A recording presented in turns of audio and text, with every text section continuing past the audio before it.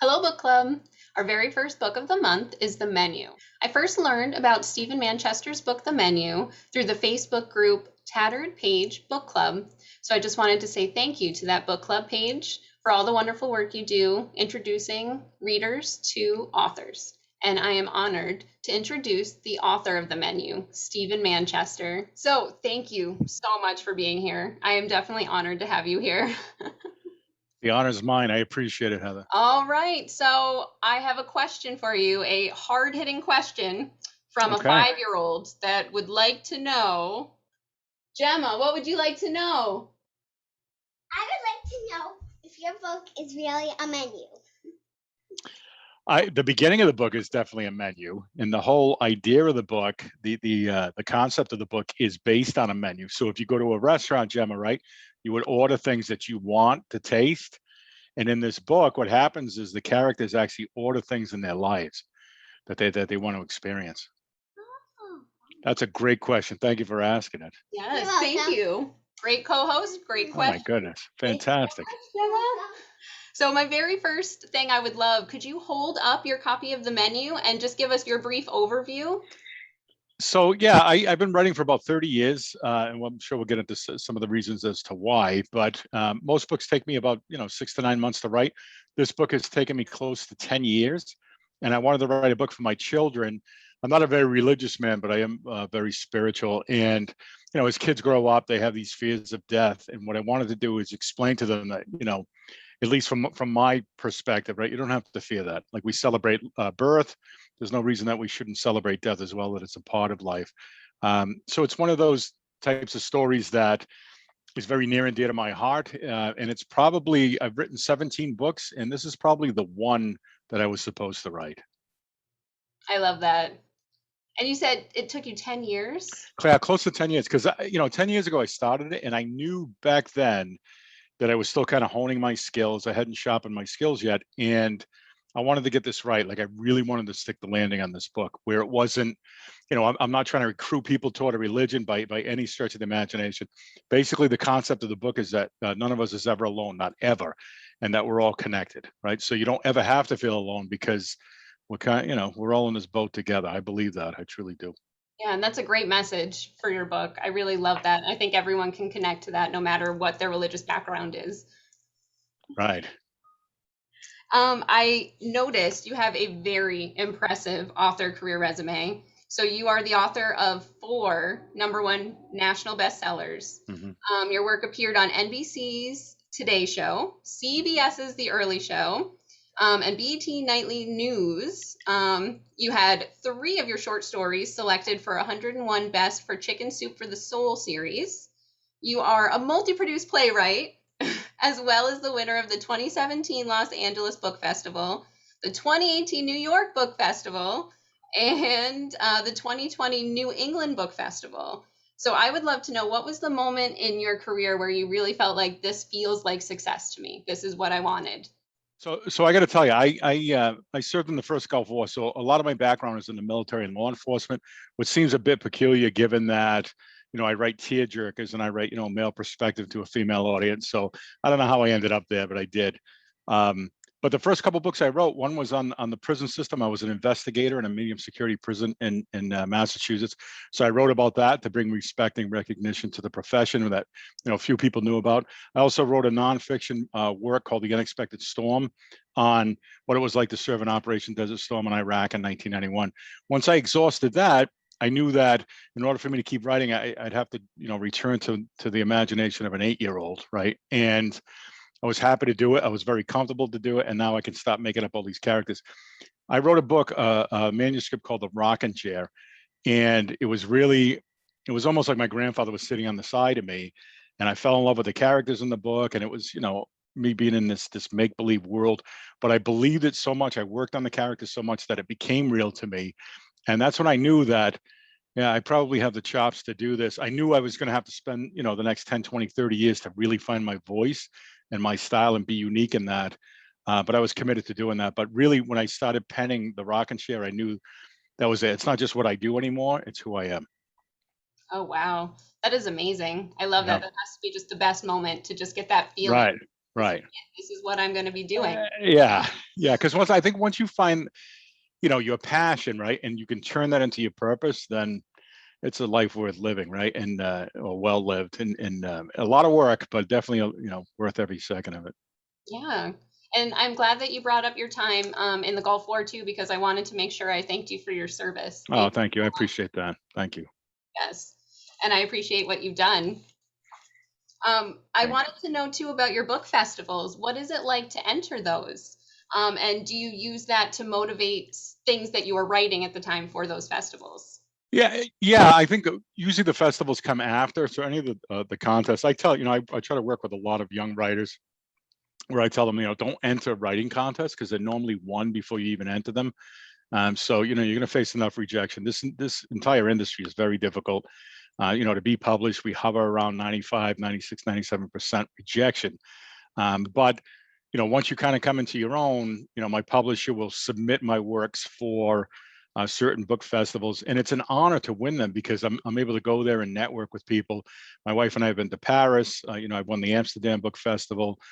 We've gone to Greece. I've gone to New York City, and I come from a very small town in Massachusetts. Went to a public school, so I think I was given this gift of writing, or being, I should say, being a storyteller like my grandfather was. But I also committed my life, right, to cultivating those skills, right? So I've worked very, very, very hard. And with, my wife and I have raised 4 children, and the message for them is you don't really get what you wish for, but you do get what you work for, right? So being at these festivals is almost evidence of that, because when you get up to the podium to accept the award, it's an honor, but it's also a bit of a confirmation that I made the right decisions, and I'm able to show my kids that dreams do come true. I love that. That makes it even more special. Right, it does. It's in the family too, right? So you're saying your grandfather was a storyteller. Oh, he was an amazing storyteller. Yeah, he never put pen to paper, but he was an old swamp Yankee. Um, and I come from a family of like these backwoods type folk, right? Like blue collar, salt of the earth. So when I served in the Gulf War, I was a squad leader in Iraq, and my code sign was Swamp Yankee, paying homage to my grandfather. But I mean, he planted a seed in me so early that I realized that words have so much power, right? They can make you laugh, they can make you cry, but most importantly, they actually connect us. So at my house, if you were to come to my house with Gemma, right, for the holidays, you're going to receive a gift. But the real gift is to sit at the table as everybody goes around and tells their stories. Oh my gosh, I can't say I love that enough. This is Yeah. amazing what you do, and like where you're coming from with everything. I love that so much. Like the heart Thank you. you put into everything. Yeah, it has to be there because I know a lot of writers that write for intellectual purposes, right? For me, I'm always aiming for the heart. So if I can't move somebody emotionally, it's not worth the time and effort. And that's probably the reason I kind of got into the whole tearjerker thing, where I want people to feel unity, right, when they read something. And the circumstances will always be different in people's lives, but the feelings are the same, right? So if you're going through grief or you're enraged by something, if you follow me into one of my books, the characters are going to show you that you're not alone, and it's really all about that. You're just not alone. It's great. And when you're writing those kinds of scenes, like the tearjerkers, how does that affect your mood? Is that kind of therapeutic for you, or does Yeah. it kind of make you upset a little bit for the day? Yeah, it is. I mean, I grew up with 2 brothers. We were absolute maniacs, right, in the '80s. So there was a lot of fighting, and using sword fighting with sticks. So I'm not, I don't bruise very easily, right? So I have that other facade. I have this background in law enforcement and the military. But what it did for me was I feel very, very comfortable in my own skin, and I have for a very long time. So if I write a poem, somebody, I'm 6 feet tall, I weigh 250, and somebody, oh my God, the guy writes poetry, or I write tearjerkers. I really, honestly, truly do not care what people think. I care what my kids think. I care what my family thinks. I care what God thinks, but I do not care if somebody looks at that as, well, it's a weakness. To me, it's not. It actually helps to connect. And I tell people, especially early on, that the same heart that allowed me to stand up and serve my country and defend my family, it also allows me to cry. And unless I can cry while I'm writing, I don't expect my readers to. I think that's what probably makes your work that special, because that's what you've got behind it. And I really, really appreciate that. I think that must come through in your work. I'm so excited to read the menu. I've gotten Right. a little bit started because I didn't want to come in Good. too much knowledge in advance because I want Right. to Right. questions later on after Awesome. I've read it. But you can see that in your work already, just how you're saying it. You've got that, you know, I think it makes it stronger that you don't have to prove anything. Like you're just Right. saying No. what you feel like you need to say. Yeah, I think it's so important to be vulnerable, right? And in order to connect with other people, it's those moments where you become, vulnerable and you kind of show yourself, and it disarms other people, and they're able to do the same, right? And that's really at that real basic level. I think that's where we connect. And to me, that's the spiritual side of things, right? So, everybody talks about money, or you can complain about everything all day, every day, week after week, or you can look at the things that actually mean something. So when you start to connect at that real basic level, it's much deeper, right? And it allows you to see the world in a different view. Yeah. Do you have any characters that are in your book that are kind of the opposite of the message you're trying to send Oh, that were hard to write? yeah, absolutely. Yeah, there's always that antagonist, or what I call the goat in the story, that we put everything on, right? And you need that, right? Because for me, I don't care if it's love or hate. The thing I'm trying to avoid as a writer is indifference, right? So I don't want you to feel indifferently about any of the characters. And I think part of the reason I've been as successful as I have, Heather, right, is I spend a lot of time developing characters. Whether you're going to love them or hate them, you're going to know them, right? We're going to get to a point where even some of the dialogue falls off, and you'll have a character like Grandpa John who will raise an eyebrow, not say a word, and every reader should know exactly what he thinks and feels, right? And feel that same, like, ugh, you know what I mean? But for me, it's the 80%, right? So I'll give you 80%, and I'm hoping the other 20% is your grandmother. So if I can give you enough, and you can attach the character to somebody that you've loved, then the character's been endeared, and they'll carry the story for us, both of us. Yeah, that makes it extra special. I love the way Right. that you set that up so that we can put our own feelings into it. That's amazing thought Right. process behind it. I love that. Yeah. We actually do have questions that came in from the group members Oh, that want perfect. a little bit more about your character setup. So I Hmm. think you answered a little bit about that there.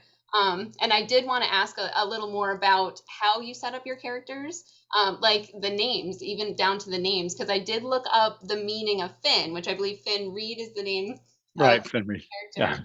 Yeah. The first thing I found was Oracle. Now, is that something you found in your research? Did you research it? Did you just kind of like the name? Yeah, no, I have to tell you, this is strange. A lot of people will go with, I'll always start with this like tentative or tertiary name where it's almost a work in progress, right? So when I first started, I think it was Dylan. I'm not even sure he was Finn, right? So I developed the characters. I go back to Gemma's age, right? Maybe a year or two out, later, and I'm listening to my elementary school teacher, who's like, all five senses. So I developed the character in all five senses, and I may not use some of that information as I'm writing, but I know it. I'm aware of it, so I can see the character. I can smell the character. Does the voice, is it that gruff voice where they implies that they've been smoking for 30 years? So I developed that, and then you start to develop some of those traits. For me, and this may be unique in my own writing style, but the names really come after, and usually the names are to honor people that I know, that I love. I would never ever assign, even if it was, not that I have any mortal enemies, but if it was somebody that I disliked, I would never use their name for an antagonist. So I'll always make that name up. But for the characters that I love, the primary, even secondary characters, it's, I will assign names to honor people that, I've met along my path. That's wonderful. Yeah. Um, that must make the book even. I can't imagine like how much an author puts of themselves in a book, Oh, it's everything, everything. and each work of art. Yeah, I have a friend who's a renowned painter, an artist. His name's Brian Fox. He's phenomenal. And I laugh every time I go to his studio, because people will ask him, "Hey, how long did it take you to paint this?" And he'll say, "My entire life." So when I write a passage, it's the same thing, right? So I've been daydreaming since I was a kid. People have been yelling at me, "Get your head out of the clouds." Thank God I had my head in the clouds, and I continue to have my head in the clouds. But you know, developing the skills that I have, and the style and the voice that I have has taken me my entire life, right? So it's all a culmination. Everything's a culmination. The menu is a culmination of the Gulf War, my time in the prison system, some of my triumphs in my life, tragedies, traumas. I thank God for all of it, because I'm able to capture that, at least get the essence of it in the book. That is amazing. Yeah, I think readers don't even realize sometimes just how much of the author goes into the book, and just hearing, you're behind the scenes on that, it just makes it even more special and exciting. Right. I love that. It's just the mix of everything. I'll get back to my questions here that I had written. Sure. Oh, so is this where you started reading? I read on your writing. I read on your website. Someone said to you, "If you're so smart, then why don't you write it?" Yes. Was that the moment? Yeah, that was the final push. So I go to the Gulf War. I'm 23 years old, which means at that period in time, I mean, most people that serve in a war or a combat zone, 18, 19, 20 years old, just kids, right? So being 23, I was one of the elders. I was a squad leader. Long story short, I ended up flipping a Humvee. We got into a dust storm and I hit a boulder with the right front tire, but I was thrown from the vehicle. Had I not been thrown, and we wouldn't be talking today. So that wasn't lost on me that I had been spared from this. But we were abandoned for about 3 hours. I was still in Iraq. We were trying to get into Saudi Arabia. No communications. The antennas buried. I mean, talk about, feeling like you're 5 years old, stuck in the mall, right? With, you just lost your parents. So, but I was trained. I worked in the prison system. I'm not really somebody who panics, but it was one of those, it was 3 hours where I really thought about my life, right? And it became a turning point for me. And I decided, not if, but when I get home, I'm going to chase my dream down and become a storyteller, right? A professional storyteller. And I already knew it was a 97% rejection rate. So I end up coming home. I get diagnosed with PTSD. It takes me probably close to 5 years to return emotionally, spiritually. It was it was a difficult time for me. And it seems odd given that it was based on an accident, but that really was the foundation of it. I ended up going back to college to finish my degree in criminal justice, and I'm sitting in the back of the class. Everybody in this class is much younger than I am. So I finally raised my hand. I said, the police, the police, the police. All you do is talk about the police. I work in corrections. You have the court system, probations, parole. The criminal justice system is vast. Why don't you teach anything on the prison system? So he says, come see me after class. So I'm thinking, well, I'm going to have to take this next semester, right? I go in there, and he said, the only books written on the prison system are written through the perspective of inmates, the vast majority being convicted murderers. And I'm not going to teach that in my class. If you're so smart, why don't you write it? And that was the last kick in the backside that I needed. I ended up going home. I went for a run that day. And it wasn't, hey, should I write the book? It was more like, what should the title be? I love And that. yeah. You're so brave. I'm so sorry to hear what you went through, but I'm so Thank glad that you came out on the other side, ready to chase your dreams and okay. you. Yeah. I'm sorry to hear about the PTSD that you've had to go through. Is that something that still affects you, or is this kind of I don't know. Yeah, not so much anymore. I mean, the first 5 years, it was absolutely devastating, right? Depression, anxiety, panic attacks. I also came back. I worked back in the prison system. I ended up having to leave my career in law enforcement because I could not heal from the war.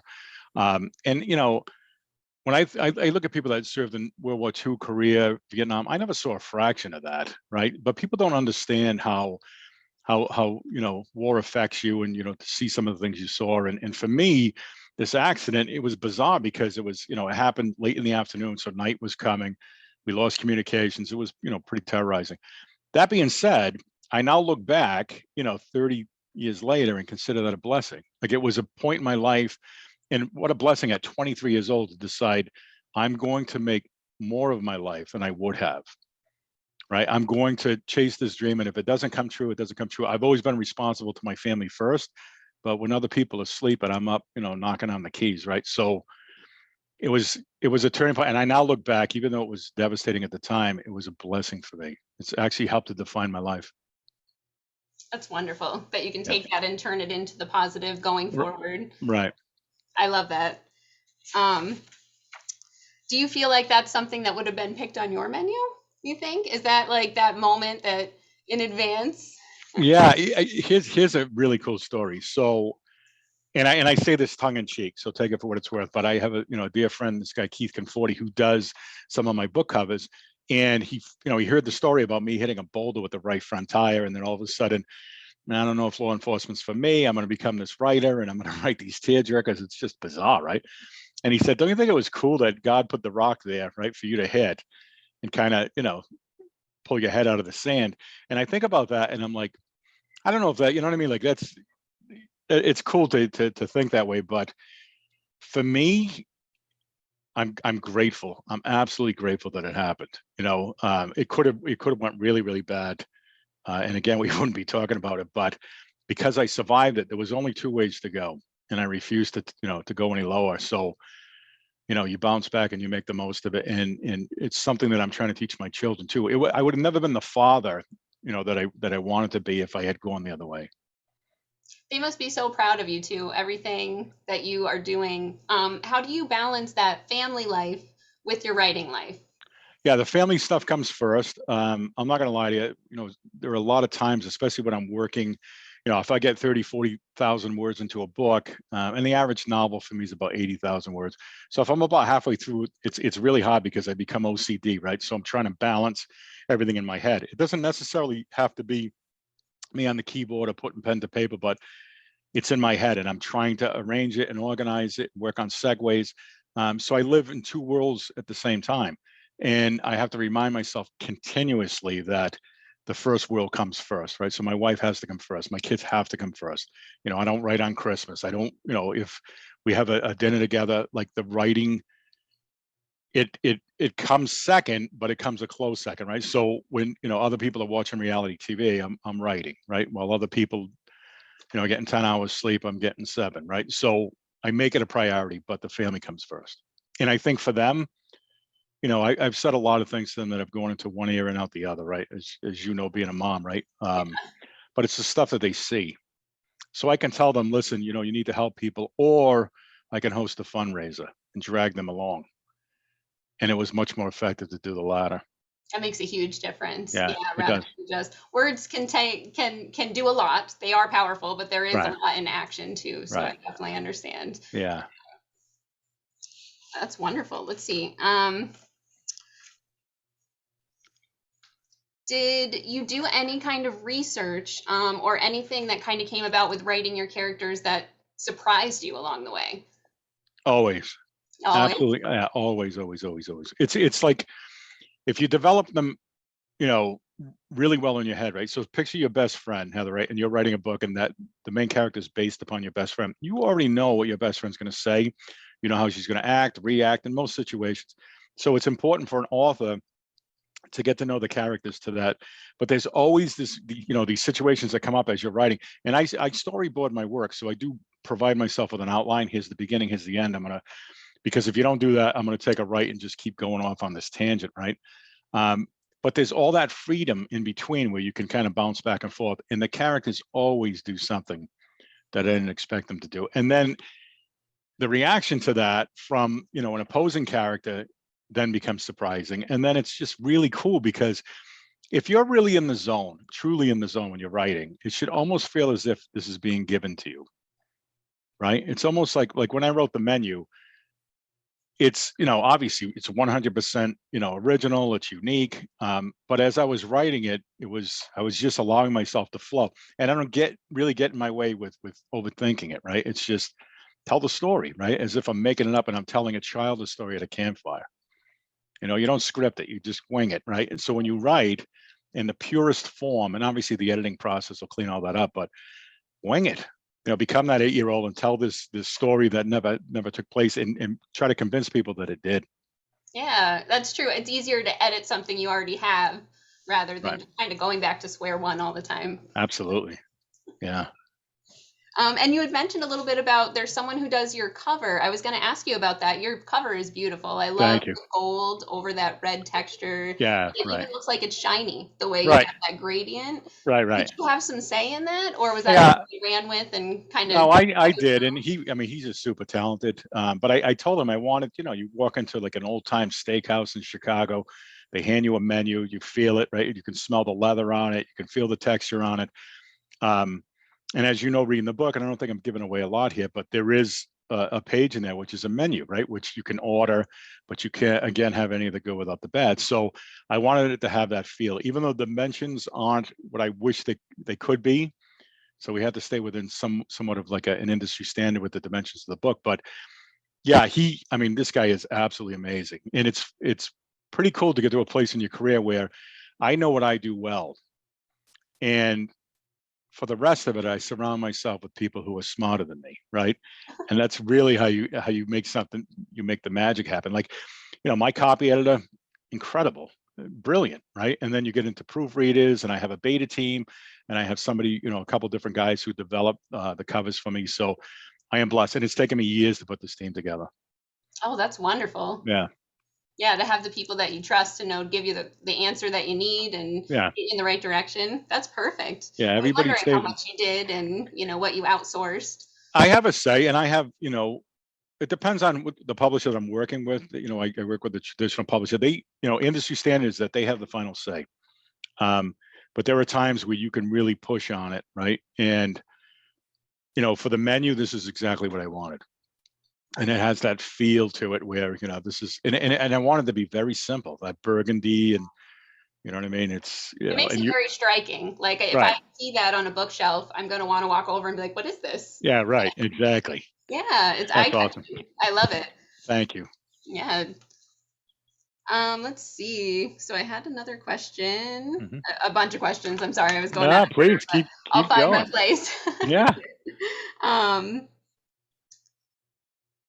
Oh, so I noticed on your cover, one of the things you do is compare your book. There's a quote on there to The Shack. If you liked The Shack, then the menu is a must read.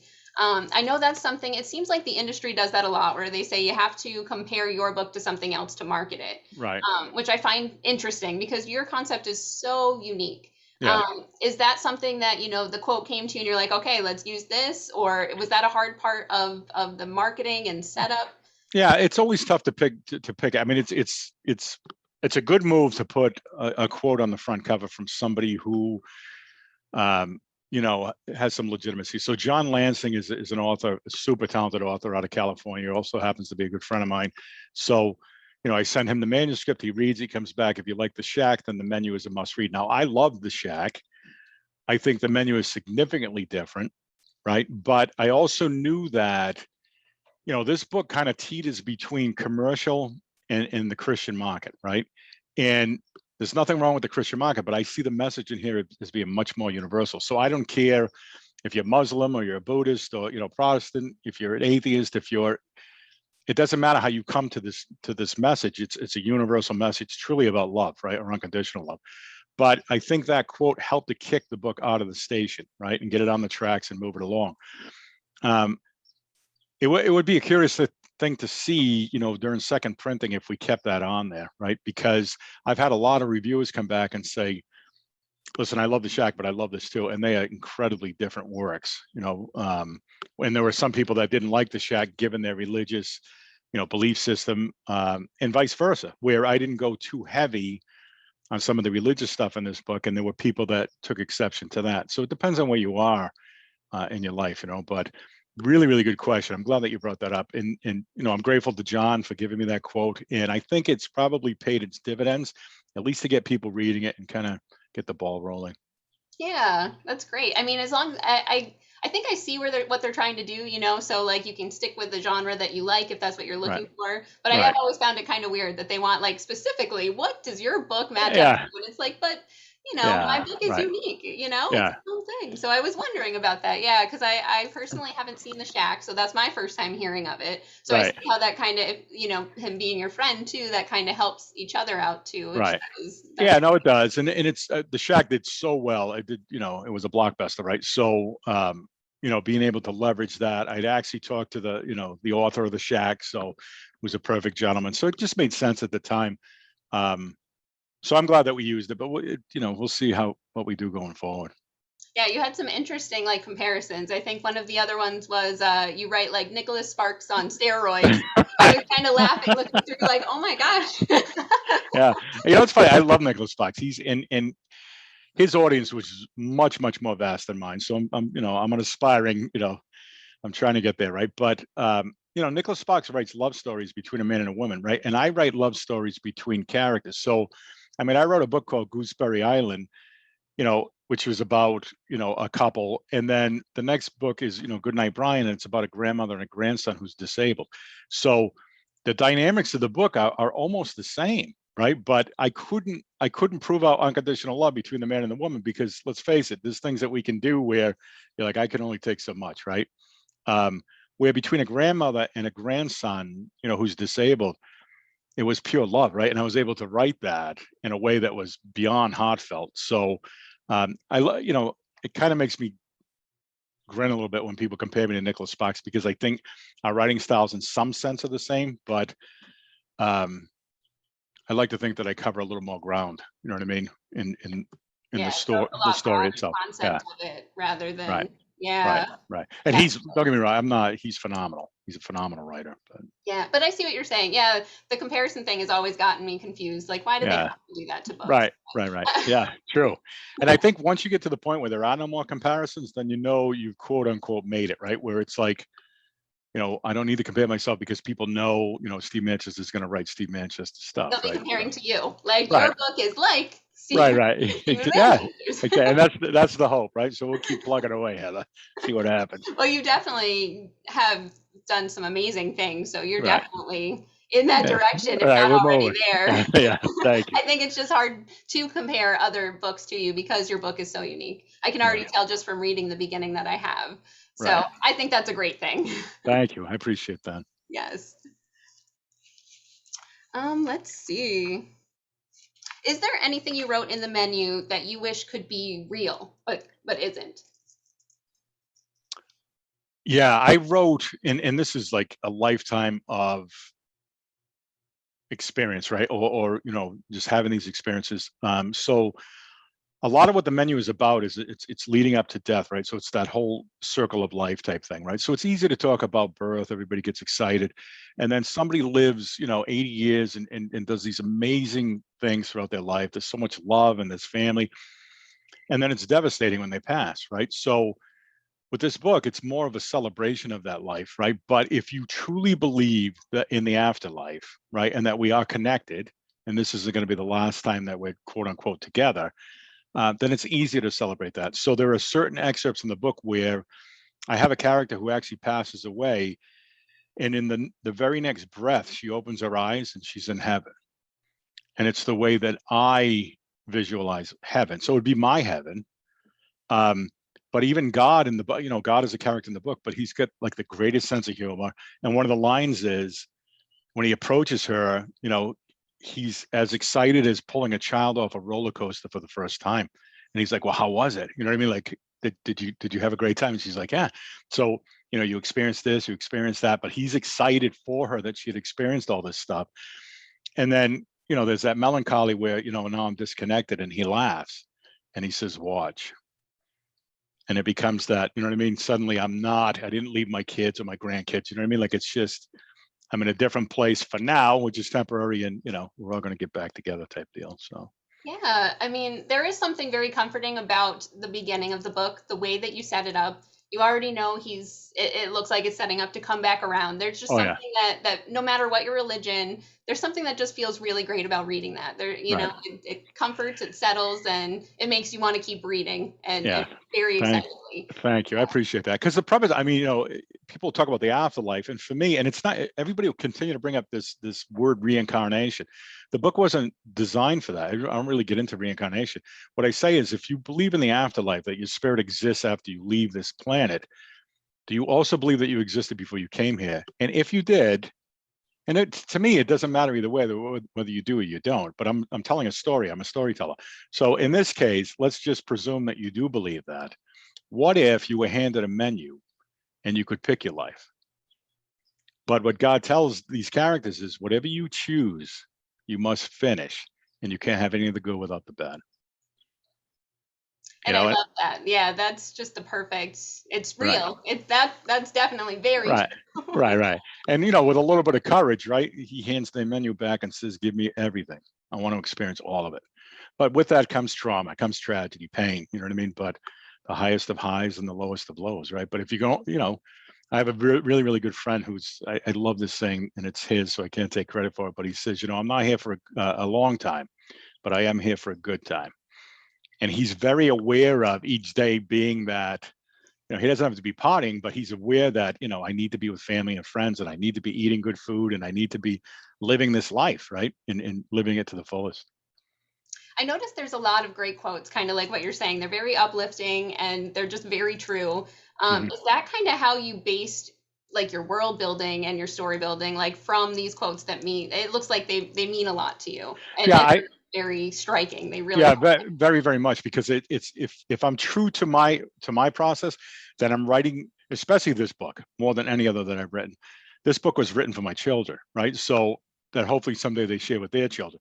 So, someday, it's going to be, hey, your grandfather wrote this. So when they read it, I want them to hear me. Like, I want them to experience me talking to them. And when I developed, the plot line, and I say, all right, this is how the book's going to start, then I develop all the characters. Then I do what we call chunking, and I'll take different characters and what would this character actually say, right? What would be the nuggets of wisdom? And then if you weave that in so that it doesn't seem like I just kind of slapped it in, right? That it seemed more natural. Those become the highlights of the book. It's like walking out of a movie. If you and I in Gemma and in my family, we all went to see a movie, we walked out of the movie and everybody's crying, right? Because it was a fantastic, heart-wrenching movie. And somebody said, what was the movie about? We might be able to regurgitate one or two lines, right? So it wasn't like, I didn't go in there for a vocabulary lesson. I went in to experience something, and I had this emotional experience. But then when I went to articulate it, it's the same thing I think with a good book. It's like, I may pluck two or three, big lines out of it, right? But the essence of the entire story is what I want to encapsulate people in. Yeah, I love that. And then it like means something to different to everybody else too. Right. That's really great. Yeah. Let's see. Do you hear from your readers often? And if you do, what kind of questions and comments do you get kind of over and over? Yeah, I do, and I love to, and I make sure that I'm very approachable, and because it's important to connect, especially now more than ever, right? I mean, this COVID has been a nightmare for everybody. I mean, I write stories that are meant to connect, so it's important that I connect. Obviously, we have to do that much more virtually now through Zoom and what have you. When I can again, I'll start attending, book clubs and conferences and workshops. But irregardless, social media can be the devil. I mean, it's, I hate Facebook, and I also love Facebook, right? Because it connects me to readers. But what's amazing to me online, I think people are very honest with me because of the way that I write. So they presume automatically that they know me. And the funny part is, and this probably drives my wife nuts, but they do, right? They know this really deep part of me because I don't attempt to conceal it. Most people walk around with a mask on. I don't, right? So my readers approach me, they'll talk to me like we've known each other for 30, 40 years, which puts me at a disadvantage in the conversation because I don't know who they are, right? So I just kind of fake it till I make it, right? When I see people in person, that becomes even more peculiar. You know what I mean? It's not a bad thing, but it's, I've had people come up to me and, try to hug me, or, and it's like, oh, I really love this book and I see where you went with it. But talking to me, and the whole time I'm thinking, what do I know this person from? And I don't. I've never met them before. So it's a strange deal. You know what I mean? It sounds very surreal. Yeah, it really is. I mean, I love it because it's why I'm doing it, right? I'm trying to connect. And some writers believe at a very basic level, you write a book and the feedback is the second half of that conversation, right? So it should be dialogue. It really should. And if I did my job, this started off as my book, but it then becomes somebody else's story. Yes, that's really powerful too. It's amazing that you look at it that way, as the author of it, that you're kind of like, I'm writing this and then hand it off to you to kind of be what you feel about it. I think that's amazing. Yeah, I decided very early on I wasn't going to be selfish with it. Like once it's on there, my name's on the cover. Yeah, I wrote the book. I'm never not going to claim that, and I take great pride in each work that I produce. But when I push it out into the world, it belongs to the world, right? And I hope that there's probably going to be many more people that are impacted than I'll ever realize. For every book that's sold, they say there's 3 people that read it. With these types of books, because they go so deep and they make people question, their own lives, their own belief systems, the conversations that I have become almost confessional. I mean, it's pretty wild. Wow. Yeah, it's pretty wild. Yeah, and because of my sense of humor, I think I'm able to disarm people and be like, all right, chill. Like, I wrote it. You know what I mean? I'm happy I wrote it, but yeah. Thank you, but Yeah, I don't. take it the way it feels to you, and right. And I don't claim to be any smarter than anybody else, right? It's not like I'm, I've had people tease me, and I'm like, listen, I'm a storyteller. My grandfather was a storyteller. I'm a storyteller. You know what I mean? Take it for what it's worth. It's a story.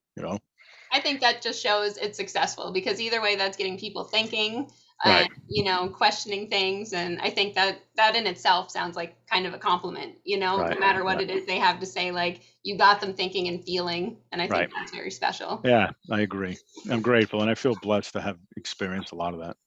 I'm so happy. Like this book, that you just sound so passionate about it. And I'm so grateful that it's our very first book club book. Me too. And we get to Me read too. it together and hear all these wonderful things from Yeah, you directly. I really appreciate it. I appreciate that. It's an honor, really, to be the first. It's It's really awesome. exciting. Yeah, this is the perfect first book. I feel like Right. I'm loving Good. it. Thank you. Let's see. While we're reading this month, because I know some people have started already, but as we keep going along, are there any kind of themes or messages or like hidden secrets that we should kind of look out for that maybe we wouldn't are very subtle to pick up on? Yeah, there's a lot of setup in this book, right? So here's the funny part. When I first started talking about the book, when it came out, I said, the beginning of the book is very, very important. If I were to break it down as far as messaging goes, there's 2.5 chapters in this book which are irreplaceable, which have taken me my entire life to write, right? So, and I call it 10 years, but my entire life to write. And then I wrap that up in a love story to help carry it, right? And then what happened is the love story became so powerful, and it's really strange to say this, but it becomes almost secondary. Like, okay, I'm going to create these two characters, they're going to fall in love, and then I'm going to, endear these characters to the reader so that all the messaging, it doesn't just hit your head, it actually hits your heart, right? And hopefully I even read for some bone marrow on this, right? But what happened in the interim is the love story became incredibly powerful, right? And the messaging get folded into it. So it's kind of odd to write a book that way. Like, you don't usually start with, okay, I want to make sure all of these passages are in the book, and then, okay, let me write the book and then kind of see where I can fold them in. In this case, I actually did that, and it was amazing how they sunk in. It was like putting a puzzle together, right? But the puzzles had to fit. I didn't want to jam them in, and I think that's why it took me as long as it did. The transitions, the segues, I wanted them to be flawless so that you felt like, oh yeah, I'm reading this romantic, modern day romantic story, but there's an undertone there where there are much, much deeper things going on, and you as the reader know much more than the characters do, which I think is always fun. Yes. Yeah. I find it interesting how this is so layered over years and just your Yeah. whole life experience. Does it make it kind of hard to find that moment where it became what it is, like the direction of this one book, like to take all that and put it together? Like, was there really a moment where you took these characters and said, okay, this is the direction of the book? Or did it kind of fall together over time? Yeah, they were almost like sprints, right? So I would go on a sprint and say, all right, we're going to do this, going to do that, and all right, I'm gonna give them a child, and this child is also going to have an experience, right, in the clouds with the menu and all that cool setup. So how much does this child? And then as soon as I introduce the child into it, then suddenly the dynamics of their relationship changes, because she's not just a wife anymore, she's a mom, right? He's not just a husband, he's a dad. And then they have the three of them together, but again, at a very spiritual level, they're connected much deeper than they realize, right? Much longer than they've ever realized. So um, it wasn't just an like a linear process. This was done in sprints, and then I would stop, chunk something in, and then go, do another sprint. A lot of that real heavy lifting became in the segues at the end. It was polishing, in it, coming in and out of chapters, in and out of scenes. I think when somebody becomes a veteran, quote unquote, writer, that's the difference you see. Like, when I read a book, I can tell somebody who's been writing for 5 or 10 years versus somebody who's been writing for 25, 30 years, because of the segues, the transitions, and how they work from, if I'm writing a book, about you and I, Heather, and we have this, lifelong friendship, and I put the first paragraph in your point of view, and then I swap it out to my point of view, you can really confuse people. But if you can find a way to work that pendulum where it's nice and smooth and you get into a rhythm, like there's a certain rhythm to writing these books. That's what the magic is. I mean, and I even feel it. It's like, it just comes over you, and it's like, wow, let's ride this river. You know what I mean?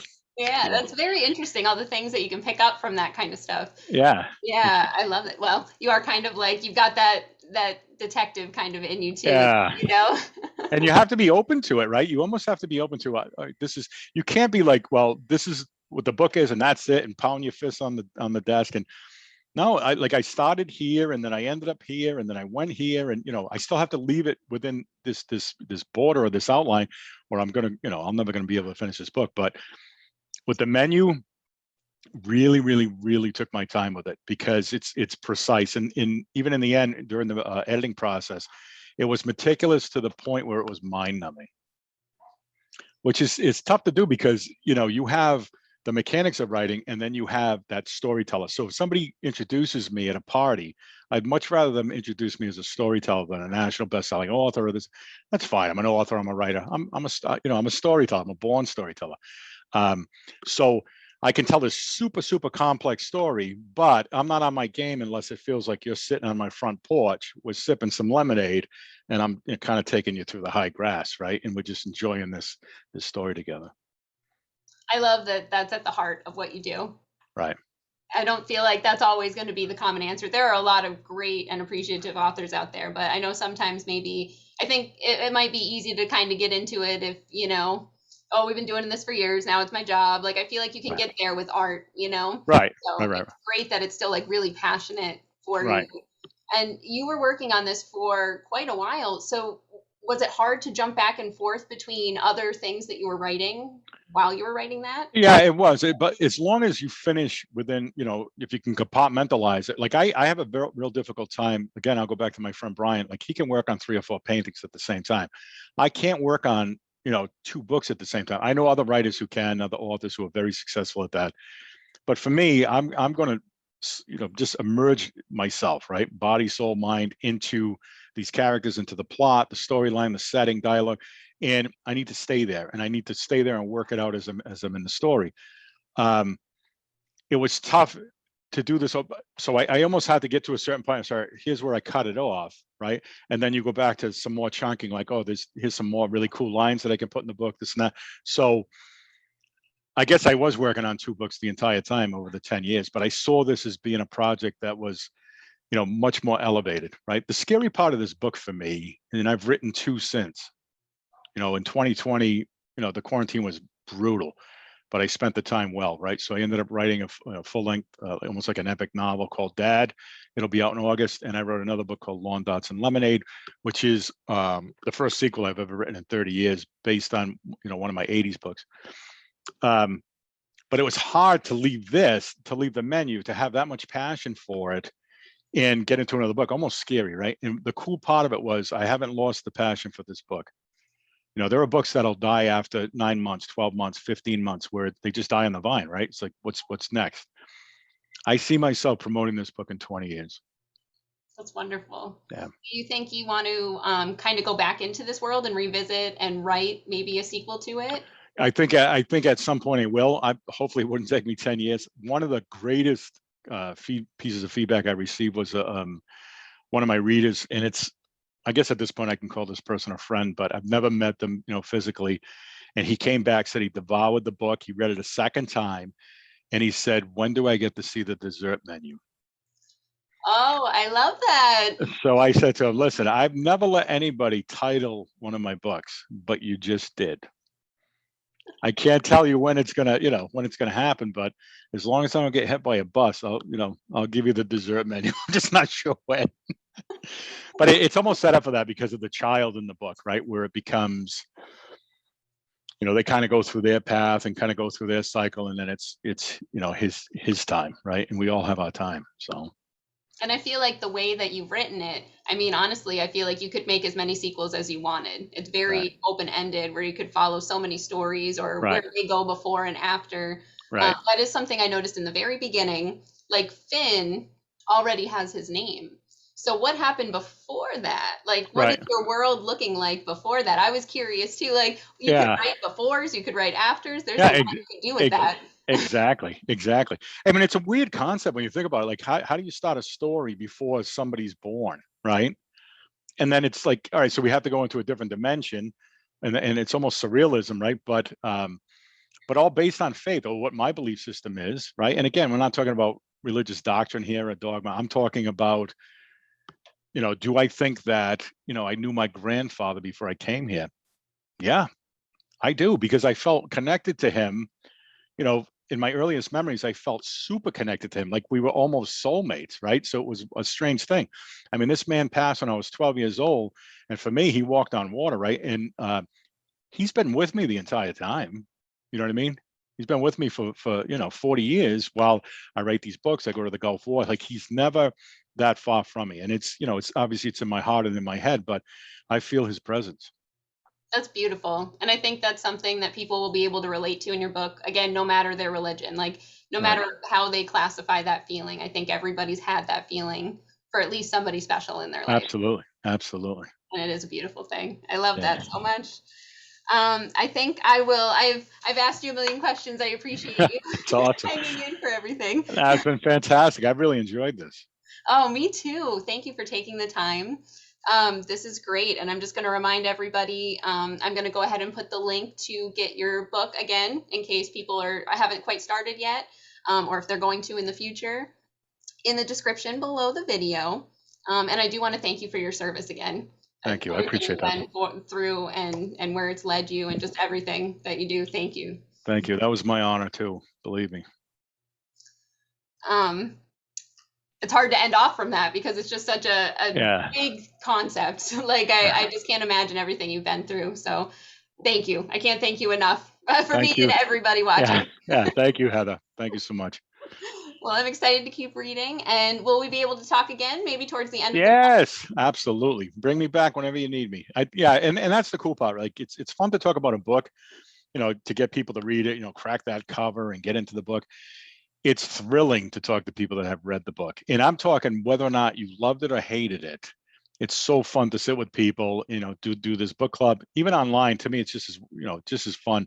And to have that back and forth. And it's amazing where, people will find something in the book where it wasn't even here, right? It wasn't like a cognizant thing for me, but they took that from it. And it's like, all right, now it's your book too, right? So I love that. Yeah, the feedback you must get of stuff that you didn't even think of. Yeah. And that's something I wanted to remind people too. Everyone that's reading the book, when you finish, please leave reviews on Amazon. Thank you. And that way, Stephen will get to see what you thought of his book. Yeah. And you'll get to help him out and support what you enjoyed. And I'm definitely looking forward to anyone who wants to submit questions along the way while you're reading that I can ask him for our follow-up interview. Because I know I didn't want to read too far myself. I wanted to be able to kind of have that beginning mentality now. And more questions at the end. Absolutely, which is awesome. I love that. Yes, I'm looking forward to it. Thank you so much. Thank you. And we'll see you at the end of the month. Thanks, Heather. Bye. Bye.